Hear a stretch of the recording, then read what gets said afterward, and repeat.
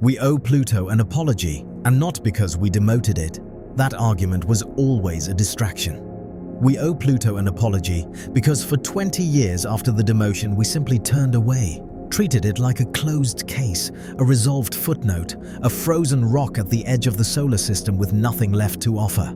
And while we were busy spending our budgets on Mars and Jupiter and Saturn's moons, Pluto was quietly being one of the most active, most chemically violent, and most scientifically humiliating objects in the entire solar system.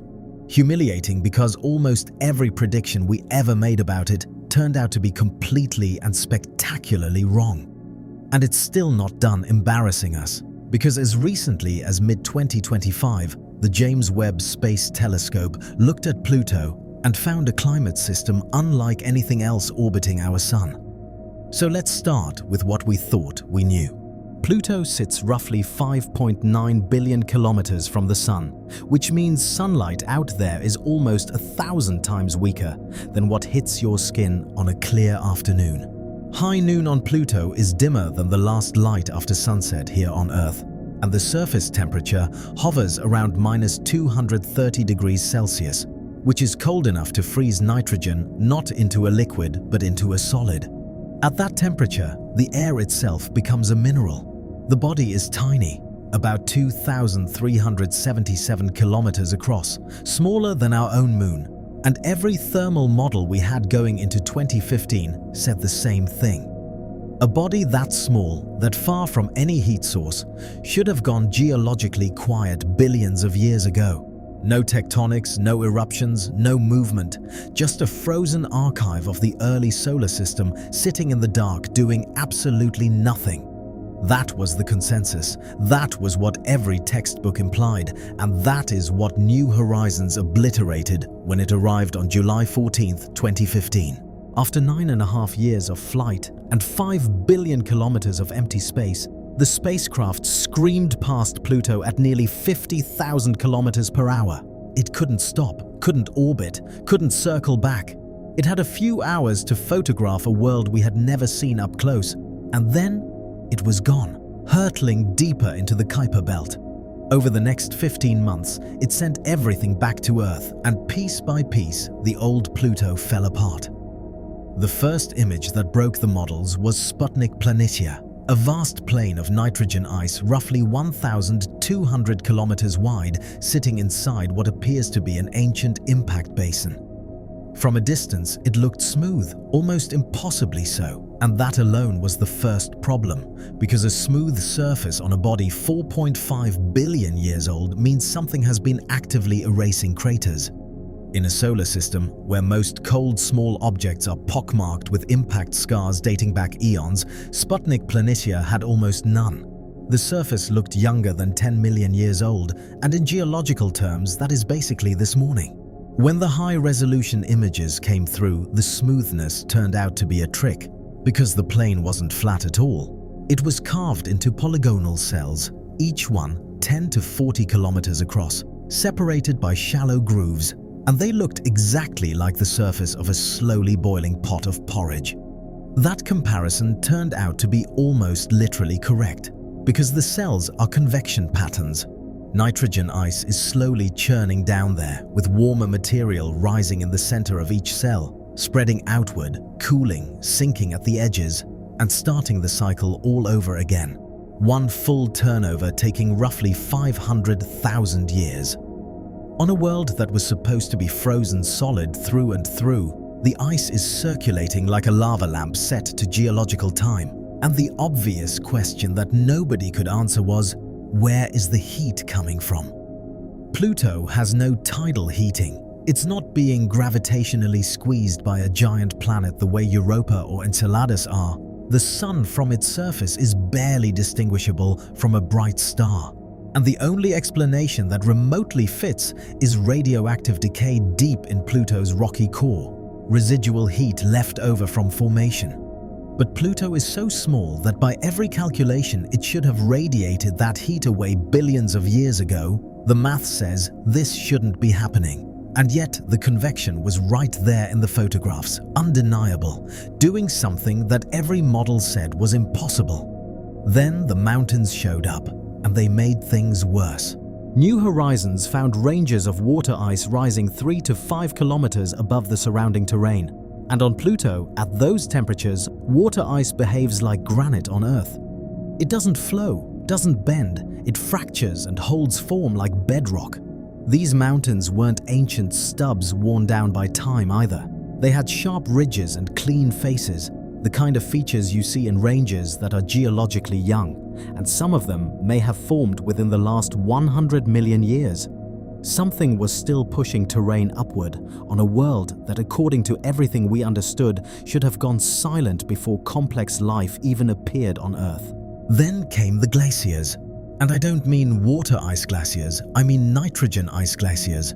Rivers of frozen nitrogen creeping down from the highlands and pooling into Sputnik Planitia, the same way glaciers on Earth feed into valleys. They move at speeds that make continental drift look like a car chase. But they move, they carve channels, they leave full flow marks. I want you to sit with that for a second. We struggle to keep highway asphalt from cracking through a single winter. And Pluto is running an active geological resurfacing operation at temperatures that would freeze oxygen into a solid block. And then there was Wright Mons, which changed the entire conversation. It sits in Pluto's southern hemisphere, roughly 150 kilometers across, about 5 kilometers tall, with a central depression at its summit that looks disturbingly like a volcanic caldera. The New Horizons team was cautious at first and called it a possible cryovolcano. A volcano that erupts not with molten rock, but with a slurry of water ice, nitrogen, ammonia, and methane. Because calling something a volcano on a world this small and this cold is an extraordinary claim. But the evidence kept arriving. The terrain around Wright Mons has almost no impact craters, meaning it was resurfaced recently. The texture is lumpy and hummocky in a way that's consistent with material pushed up from below and frozen in place. And a major study published in Nature Communications confirmed it. The cryovolcanic region around Wright Mons required eruptions of more than 10,000 cubic kilometers of material from multiple sites over multiple events. There is nothing like it anywhere else in the imaged solar system. And nearby Picard Mons stands even taller at roughly 7 kilometers high. Together they suggest that Pluto didn't just have geological stirrings in the distant past. It had massive eruptions within the last billion years, and possibly much more recently than that. If you could somehow stand near Wright Mons, you wouldn't see lava and you wouldn't feel heat. You'd be standing in near total darkness on terrain that crunches under your feet, looking up at a mountain that once vomited a slurry of ice and ammonia, into a sky so cold that the erupted material froze before it could spread very far. A volcano made of ice on a world that shouldn't have the energy to melt a snowball, let alone push it through kilometers of frozen crust. We found one of the most alien landscapes ever documented on a rock most people forgot about after a naming vote. The atmosphere was the next shock, because Pluto has one, and it shouldn't given its size and gravity, but it does. A thin envelope of nitrogen, methane, and carbon monoxide that stretches up to 1,600 kilometers above the surface. New Horizons watched the sun set behind Pluto and saw the atmosphere glow in layers of blue haze. And the blue comes from tholins, which are complex organic molecules formed when ultraviolet light rips apart methane and nitrogen in the upper atmosphere, and the fragments reassemble into larger, more complicated chains. These tholins drift down and stain the surface reddish-brown, meaning that distinctive color Pluto has in every photograph isn't rock, it's organic chemistry raining from the sky. And in mid-2025, the James Webb Space Telescope turned its MIRI instrument on Pluto and for the first time directly detected the thermal emission from that haze, confirming a prediction made back in 2017 by planetary scientist Ji Jiang. The haze isn't just a visual feature, it actively controls Pluto's climate. The haze particles absorb ultraviolet sunlight, heat up, radiate that energy as infrared, and cool the atmosphere below them, and the lead researcher on the JWST study called it a new kind of climate, something with no analog anywhere else in our solar system. The haze simultaneously cools the atmosphere and kicks methane molecules hard enough that they escape into space. About 1.3 kilograms of methane leaking from Pluto every single second. And roughly 2.5% of that methane drifts over and gets captured by Charon, Pluto's largest moon, staining its poles dark red with processed organic material. Pluto is literally painting its own moon with its atmosphere, and no other system in the solar system does anything like this. The atmosphere itself breathes, because as Pluto moves along its 248-year orbit, its distance from the Sun changes dramatically due to the highly elliptical path. When closer, surface nitrogen ice sublimates directly from solid to gas and the atmosphere thickens, and when farther away, the atmosphere begins to freeze and collapse back onto the surface. One inhale, one exhale, every 2.5 centuries.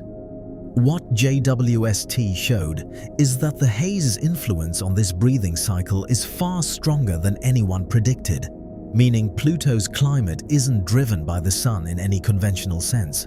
It's driven by a self-generated chemical fog in its own upper atmosphere. And there are dunes, which still sounds absurd when you say it out loud. Dunes on Pluto, built by winds that blow through an atmosphere 100,000 times thinner than ours. The wind alone couldn't possibly move anything at that pressure, but as nitrogen ice sublimates on the sunlit side of surface features, the escaping gas lofts tiny methane ice grains into the air, and faint winds carry them downwind until they settle into ridges. It's a dune-building mechanism that had never been observed or even theorized before New Horizons saw it. Now, take all of that, the convection, the mountains, the glaciers, the ice volcanoes, the haze-driven climate, the organic rain, the dunes, and add the part that keeps planetary scientists awake at night, because Pluto almost certainly has a subsurface ocean. The evidence has been building for years, but recently it crossed a threshold. Sputnik Planitia sits almost perfectly on Pluto's tidal axis with Charon, and that positioning only makes sense if there's extra mass underneath the basin. And one way to get that extra mass is a layer of dense liquid water beneath the ice shell. In 2024, researchers modeled the cracks and bulges in the basin and concluded the ocean is likely about 40 to 80 kilometers thick and roughly 8% denser than Earth's seawater, salty enough that you could float in it like the Dead Sea. Then in 2025, a study in the Journal of Geophysical Research modeled how methane clathrates, which are structures where methane molecules get trapped inside cages of water ice, affect the ice shell's behavior. And they found these clathrates create complex insulating feedback loops during convection that could keep the ocean liquid far longer than simple models predicted. The ocean might pulse and shift over billions of years rather than simply freezing out. And in January 2025, a study published in Nature Geoscience rewrote the origin story entirely, because researchers at the University of Arizona ran advanced impact simulations that for the first time accounted for the structural strength of ice and rock at outer solar system temperatures, and they discovered that Pluto and Charon didn't form the way we thought. Instead of a violent impact that sheared material into orbit the way Earth's moon formed, Pluto and the proto-Charon collided, stuck together temporarily like a cosmic snowman, rotated as a single body, and then separated while remaining gravitationally bound, a mechanism the researchers named kiss and capture. This changes the thermal math dramatically because the collision itself deposited enormous internal heat into both bodies, and the tidal friction during the separation phase added even more, meaning Pluto could have developed a subsurface ocean even if it formed late, even if it started cold, even if it missed the window of high radioactivity in the early solar system. The heat didn't come from the clock, it came from the collision. If this model is correct, then Pluto has maintained a hidden ocean for nearly the entire history of the solar system. A reservoir of liquid water older than anything alive on Earth, sitting in permanent darkness, insulated by kilometers of ice, untouched by sunlight or solar wind since the day it formed. The implications stretch far beyond Pluto, because 8 of the 10 largest Kuiper Belt objects have large moons similar to the Pluto-Charon system. And if kiss and capture collisions are common, then subsurface oceans might be common across the entire outer solar system. Nobody is claiming there is life on Pluto, but a decade ago, even suggesting Pluto might have conditions remotely relevant to habitability would have ended a career, and now it's published in Nature. The ingredients are straightforward. Liquid water, a mineral-rich rocky floor, a temperature gradient from the core's residual heat. These are the same ingredients that sustain chemosynthetic ecosystems around hydrothermal vents in Earth's deepest oceans, organisms that have never seen sunlight and don't need it. Charon itself deserves its own conversation because at 1,212 kilometers in diameter, it's more than half Pluto's size, and the two don't orbit the way the Moon orbits Earth. They orbit each other around a point in empty space between them, locked face to face, each one permanently showing the same hemisphere to the other, spinning around their shared center of gravity like two dancers who never let go. And some researchers don't call Charon a moon at all, they call it a binary partner. New Horizons found a canyon system stretching across Charon's equator with chasms running more than 5 times deeper than the Grand Canyon, and its north pole is coated in a dark reddish cap informally named Mordor Macula, formed from methane stolen from Pluto's atmosphere and processed by ultraviolet light into tholins.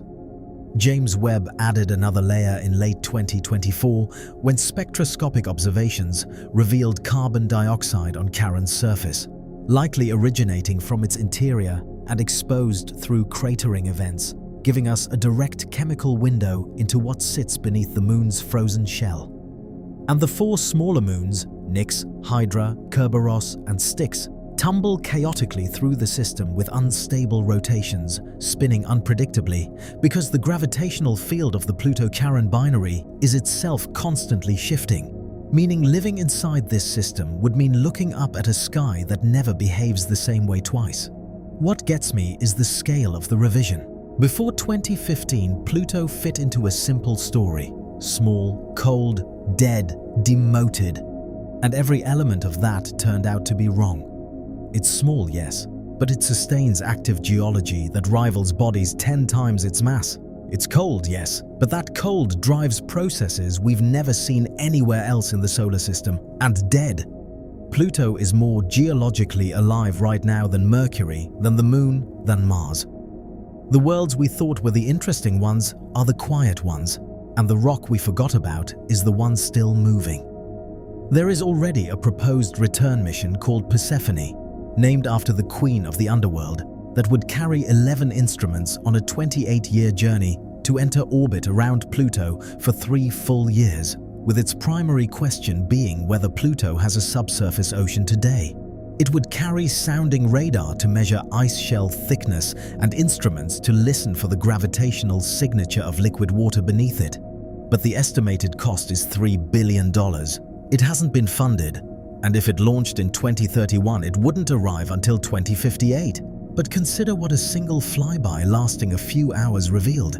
Nitrogen glaciers, convecting ice plains, organic rain falling from a self-made chemical haze, mountains of frozen water standing like granite, ice volcanoes that erupted in total darkness, dunes built by winds that shouldn't be strong enough to move anything, a climate controlled by its own atmospheric fog, an atmosphere that breathes on a 248-year cycle, a moon painted by its planet's escaping chemistry, a cosmic origin story rewritten by a single kiss, and deep beneath all of it, possibly an ocean that has been sitting in the dark since before anything was alive on Earth.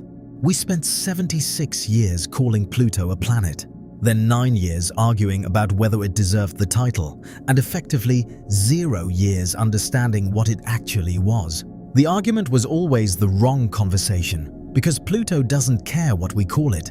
It's out there right now, 5.9 billion kilometers away, running a chemistry lab in the dark, reshaping its own surface on timescales we can barely comprehend, in a cold so deep it turns air into stone. And the most unsettling part isn't any single discovery, it's the pattern. Every time we send a spacecraft to something small and cold and far away, something we assumed would be boring, it turns out to be extraordinary. Enceladus, Titan, Triton, and now Pluto. Which means every icy body we haven't visited yet, and there are thousands of them drifting out past Neptune, could be hiding the same kind of complexity. We've barely scratched the edge of the solar system, and the edge is already more alive than we ever imagined.